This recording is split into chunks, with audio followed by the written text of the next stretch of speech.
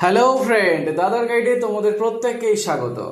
আজ আমরা চলে এসেছি আমাদের এক অতি গুরুত্বপূর্ণ আলোচনার জন্য। আলোচনাটি হলো আমাদের সমাজকে নিয়ে। আমাদের সমাজ তার সামাজিক স্বীকৃতি হারিয়েছে। এর জন্য দায়ী কিন্তু আমরাই। হ্যাঁ, আমরাই। আমাদের জন্যই সমাজ আজ বিধ্বংসী বিপদের মুখে। আমরা এতটাই স্বার্থান্বেষী হয়ে উঠেছি যে যখন আমরা বড় হয়ে যাই তখন ধীরে ধীরে আমাদের শৈশবকাল থেকে বেড়ে ওঠার সব কিছুর অবদানকে অস্বীকার করি। যে গ্রামে আমরা বড় হয়ে আমরা স্বাবলম্বী হই, মানবিকতা বিসর্জন দিয়ে কিছু অর্থ উপার্জন করি, তখন আমাদের বেড়ে ওঠার গ্রামকেই আমরা অনায়াসেই ভুলে যাই।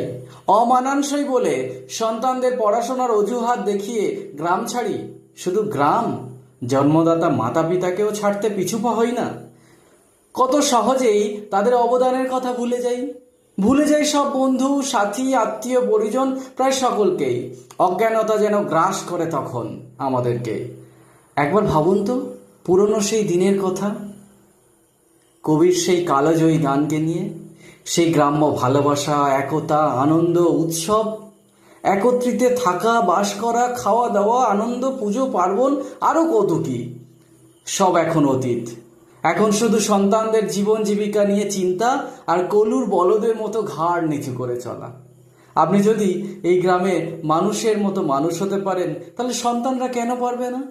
কেন তাদের জন্য অন্য ব্যবস্থা, যা আমাদের সমাজের পক্ষে তো হানিকর? বাংলা মিডিয়াম ছেড়ে ইংরেজি মিডিয়াম, ড্যাডি, মামি, পাপা, আরও কত কি। ভাবুন, সতর্ক হন। এগুলি ডেকে আনবে আমাদের ভবিষ্যৎ জীবনে চরম আঘাত। ধন্যবাদ।